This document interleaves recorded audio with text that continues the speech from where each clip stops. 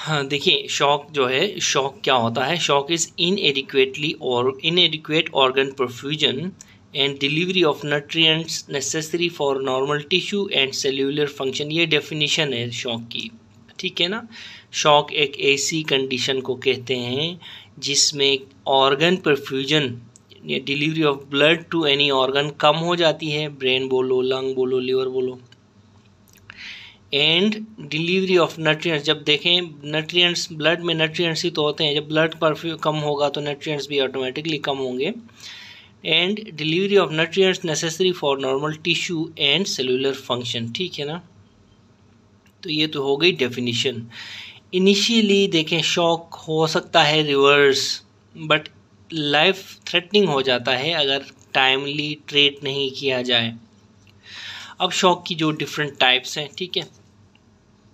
Shock देखें, main headings इसकी hypovolaemic shock, cardiogenic shock, obstructive shock और डिस्ट्रीब्यूटिव शॉक है, ठीक है ना। अब हाइपोवॉल्यूमिक शॉक में क्या हो सकता है? डेफिनेटली वॉल्यूम लो हो जाता है जिस्म में खून का, तो हेमरेज होगी, या तो खून बह जाएगा, या तो डिहाइड्रेशन यानी ज़्यादा पसीने आने की वजह से शॉक हो सकता है। बर्न में भी डिहाइड्रेशन हो जाती है, बर्न में भी ज़्यादा से ज़्यादा फ्लूइड लॉस होता है, जिसकी वजह से पेशेंट का हाइपोवॉलीमिया हो जाता है, ठीक है। एक बात याद रखें। उसके बाद देखें, जब जिस्म में हाइपोवॉलीमिया हो जाता है तो जिस्म ज़्यादा से ज़्यादा खून अंदर रखता है अपने सेंटर में, ठीक है। अब जब खून सेंटर में रहेगा, फॉर एग्जांपल दिल में रहेगा, लिवर में रहेगा, लंग्स में रहेगा, तो पेरिफेरी में खून कम जाएगा, यानी स्किन की तरफ, ठीक है, टोज़ की तरफ। इसीलिए पेरिफेरी में क्या होता है? कोल्ड क्लैमी स्किन हो जाती है, क्योंकि स्किन की जो परफ्यूजन है इतनी ज़रूरी नहीं होती। तो ये एक रिस्पॉन्स होता है फिजियोलॉजिक अगेंस्ट द शॉक, ठीक है। यानी कि इसको यूँ समझ लें कि मेन जो ऑर्गन्स हैं उनको ज़िंदा रखने के लिए ब्लड, जिस्म, बॉडी क्या करती है, जिस्म के जो पेरिफेरल हिस्से हैं, स्किन वगैरह जो कि लेस इम्पोर्टेंट है, उनकी तरफ खून नहीं भेजती, सेंटर में रखती है। इसलिए वो स्किन, अब देखें स्किन को गर्म कौन करता है? खून। जब परफ्यूजन गर्म खून स्किन की तरफ आता है तो फिर स्किन गर्म हो जाती है, ठीक है ना। अब जब खून नहीं आएगा तो स्किन भी गर्म नहीं होगी, और क्या होगा? कोल्ड क्लैमी स्किन होगी, ठीक है ना। क्लैमी स्किन मतलब थोड़ी सी वेट टाइप की, इस तरह की टाइप की स्किन होगी, ठीक है। प्री लोड जो होता है, pulmonary capillary wedge pressure low होता है हाइपोवॉल्यूमिक शॉक में, कार्डियक आउटपुट भी लो होता है हाइपोवॉल्यूमिक शॉक में, ठीक है। जो है systemic vascular resistance after load बढ़ जाता है, ठीक है। और ट्रीटमेंट क्या है? देखें, अगर हाइपोवॉलीमिया है तो डेफिनेटली वॉल्यूम फ्लूइड्स देंगे हम पेशेंट को, इसलिए इसको आईवी फ्लूइड्स ट्रीटमेंट है इस शॉक की, ठीक है। दूसरा शॉक है कार्डियोजेनिक शॉक। ये क्यों हो सकता है? एक्यूट एमआई हो, एमआई हार्ट का अटैक हो, हार्ट फेलियर हो, वॉल्वुलर डिसफंक्शन यानी हार्ट के वॉल्व्स होते हैं, mitral valve, tricuspid valve, bicuspid valve, ठीक है, वो फेल हो, उनका डिसफंक्शन हो तो कार्डियोजेनिक शॉक होता है। एरिथमियास हो, ठीक है ना, रिदम हार्ट की ठीक ना हो तो भी कार्डियोजेनिक शॉक हो सकता है। कार्डियोजेनिक शॉक में भी कोल्ड क्लैमी पेरिफेरीज मिलेंगे आपको, ठीक है। कार्डियोजेनिक शॉक में पल्मोनरी कैपिलरी पीसीडब्ल्यूपी कहते हैं इसको, pulmonary capillary wedge pressure preload, ठीक है। तो कार्डियोजेनिक शॉक में प्री लोड बढ़ भी सकता है डिफरेंट कंडीशंस में, ठीक है, फिर लो भी हो सकता है कुछ में, ठीक है। इसी तरह कार्डियक आउटपुट कुछ ज़्यादा ही लो रहेगा क्योंकि इसका डायरेक्ट ताल्लुक दिल के साथ है, ठीक है। डबल एरो मतलब कुछ ज़्यादा ही लो। उसके बाद आफ्टर लोड बढ़ जाएगा इसमें, ठीक है। अच्छा, कार्डियोजेनिक शॉक का इलाज क्या है? दिल ने कम कर रहा है, दिल काम कम कर रहा है तो हम क्या देंगे? आयोनोट्रोप्स, डोब्यूटामीन, डोपामीन, ये आयोनोट्रोप्स हैं, ठीक है। तो हम आयोनोट्रोप्स देंगे, ये हार्ट की कंट्रक्शन को बढ़ाते हैं, ठीक है। फिर साथ साथ में डायूरिसिस करेंगे हम। डायूरिसिस कौन से, जो है फ्यूरोसिमाइड हो गया, भूमिटेनाइड हो गया, लूप डायूरेटिक्स आपने पढ़ा होगा। अच्छा, इसी तरह दूसरे भी डायूरेटिक्स हैं, ठीक है, वो हम देते हैं, ठीक है। ऑब्स्ट्रक्टिव शॉक में क्या होता है, ऑब्स्ट्रक्टिव शॉक एक ऐसा शॉक है जो दिल को बाहर से, एक ऐसी कॉज होती है जो दिल को बंद कर देती है, काम करने नहीं देती। दिल ठीक होता है, वाल्व्स ठीक होते हैं, दिल ओवरऑल दिल के मसल्स ठीक होते हैं, अनलाइक कार्डियोजेनिक शॉक उसमें दिल के मसल्स का इश्यू था। ऑब्स्ट्रक्टिव शॉक में मसल्स और वाल्व्स ठीक होते हैं, बाहर से कोई ऐसी फोर्स होती है, फॉर एग्जांपल कार्डियक टेम्पोनाट, जिसमें दिल के बाहर की झिल्ली में खून जमा होता है, दिल मूवमेंट दिल की कम हो जाती है, उसको कार्डियक टेम्पोनाट कहते हैं, ठीक है।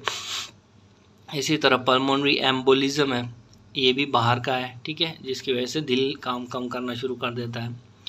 टेंशन न्यूमोथोरेक्स है, ठीक है, ये सारे कॉजेज़ हैं कार्डियोजेनिक शॉक के, ठीक है। कार्डियोजेनिक शॉक में भी कोल्ड क्लैमी पेरिफेरीज होंगी, ठीक है। इसी तरह कार्डियोजेनिक शॉक में देखें, कार्डियोजेनिक शॉक और ऑब्स्ट्रक्टिव शॉक दोनों का ताल्लुक डायरेक्ट दिल से है, इसलिए इनमें सेम प्रॉपर्टीज आ रही हैं, ठीक है।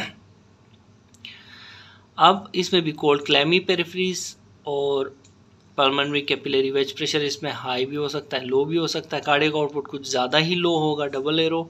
आफ्टर लोड इसमें बढ़ जाएगा, इसको प्री लोड कहते हैं, इसको आफ्टर लोड कहते हैं, ठीक है। अच्छा, और फिर आपने क्या करना है, जब देखें कार्डियोजेनिक शॉक में आयोनोट्रॉप्स और डायूरेसिस है, आप ऑब्स्ट्रक्टिव शॉक में आयोनोट्रॉप्स और डायूरेसिस नहीं देंगे, बल्कि रिलीव करेंगे कॉज को। अगर टेंशन न्यूमोथोरेक्स है, उसका सर्जिकल कॉज होता है, चेस्ट ट्यूब हम डालते हैं, ठीक है। पल्मोनरी एम्बोलिज्म है, उसका भी सर्जिकल कॉज है, ठीक है। इसी तरह मेडिकल कॉज भी हो सकता है, पल्मोनरी एम्बोलिज्म में मेडिकल ट्रीटमेंट और सर्जिकल ट्रीटमेंट होती है, ठीक है। कार्डियक टेम्पोनाट है, उसमें भी हम थोड़ी सी नीडल डाल के वो दिल के इर्द गिर्द जो ब्लड जमा हुआ है पेरिकार्डियम के अंदर, ठीक है, दिल और पेरिकार्डियम के अंदर ब्लड जमा होता है कार्डियक टेम्पोनाट में, इसको हम निकालते हैं, जिसको पेरिकार्डियोसेंटिसिस बोलते हैं, ठीक है। तो ये कार्डियक टेम्पोनाट रिलीफ हो जाता है, ठीक है, इसीलिए इधर लिखा हुआ है रिलीव ऑब्स्ट्रक्शन, इसका इलाज है, ठीक है। डिस्ट्रीब्यूटिव शॉक देखें, अब ये थोड़ा सा डिस्ट्रीब्यूटिव शॉक के अंदर और भी शॉक्स शामिल हैं। For example septic shock because of sepsis को भी हम डिस्ट्रीब्यूटिव शॉक कहते हैं। Anaphylactic shock because of anaphylaxis को भी हम डिस्ट्रीब्यूटिव शॉक कहते हैं। इसी तरह CNS इंजरी, यानी कि जिसको न्यूरोजेनिक शॉक कहते हैं, न्यूरोजी स्पाइनल कॉर्ड की इंजरी की वजह से हो सकता है, अच्छा ब्रेन में कोई इशू की वजह से हो सकता है, तो इसको न्यूरोजेनिक शॉक को भी डिस्ट्रीब्यूटिव शॉक कहते हैं। तो कुल मिला के क्या बना, सैंड। देखें इसका निमोनिक है SAND।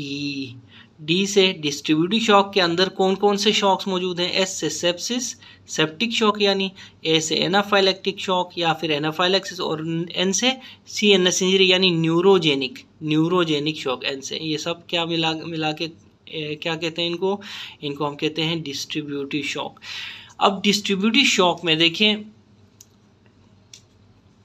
वार्म ड्राई स्किन होती है, वो इसलिए कि ये डिस्ट्रीब्यूटिव शॉक है, इसमें ब्लड की जिस्म में ब्लड तो काफ़ी बराबर मौजूद है ब्लड इसमें, लेकिन इसकी ब्लड की डिस्ट्रीब्यूशन रॉन्ग होती है, उसकी वजह से अब बाहर की तरफ पेरिफेरल पूलिंग होती है, यानी ठीक है ना, पेरिफेरी में ब्लड ज़्यादा होता है, सेंटर में कम होता है, जिसकी वजह से शॉक वाली सिचुएशन पैदा होती है। तो जब पेरिफेरी में मैंने कहा था ब्लड ज़्यादा होगा, तो पेरिफेरी मतलब स्किन, ठीक है, तो पेरिफेरी में ब्लड ज़्यादा होगा तो स्किन, खून ज़्यादा होगा तो खून गर्म होता है, तो स्किन भी वार्म गर्म होगी, ठीक है। इसी तरह पल्मोनरी कैपिलरी वेज प्रेशर या प्री लोड की बात करें तो प्री लोड देखें इसमें लो होगा, डिस्ट्रीब्यूटिव शॉक में भी। कार्डियक आउटपुट इसमें देखें हाई हो सकता है, लो हो सकता है, ठीक है। इसी तरह जो आफ्टर लोड है वो भी काफ़ी लो होगा, क्योंकि सारा ब्लड बाहर मौजूद है पेरिफेरी में, तो लो होगा आफ्टर लोड, ठीक है। इसी तरह क्या, हाँ, अब डिस्ट्रीब्यूटिव शॉक की क्या ट्रीटमेंट होगी, IV फ्लूइड्स देंगे, वेजोप्रेसर्स देंगे, ठीक है। वेजोप्रेसर्स इसलिए देंगे कि जो बाहर की तरफ वो जो खून मौजूद है पेरिफेरी में, वो जब कंट्रैक्ट होंगे ना तो खून सेंटर की तरफ आएगा, दिल की तरफ, ठीक है। इसी तरह एपिनेफ्रीन हम कहाँ देते हैं, एपिनेफ्रीन एनाफाइलेक्टिक शॉक में देते हैं, ठीक है। तो ये टेबल आपको रट्टा होनी चाहिए, ठीक है, देखें क्लोजली इस टेबल को रोक के आप दोबारा पढ़ सकते हैं।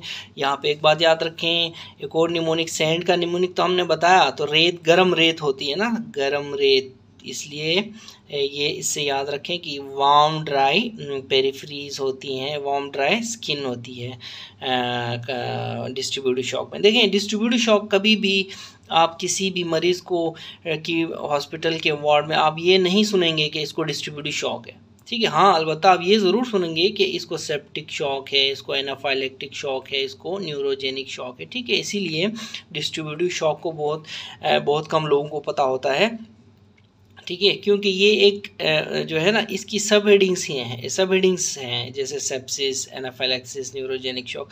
ये खुद अकेले पेशेंट्स में मतलब आप इसको डिस्क्राइब नहीं कर सकते, ठीक है, क्योंकि या तो आप इसको सेप्सिक शॉक के डायग्नोसिस बनाएंगे, या एनाफाइलेक्टिक शॉक की डायग्नोसिस बनाएंगे, या फिर न्यूरोजेनिक शॉक की डायग्नोसिस बनाएंगे। आप कभी भी ये नहीं कहेंगे कि पेशेंट को डिस्ट्रीब्यूटिव शॉक है, ठीक है।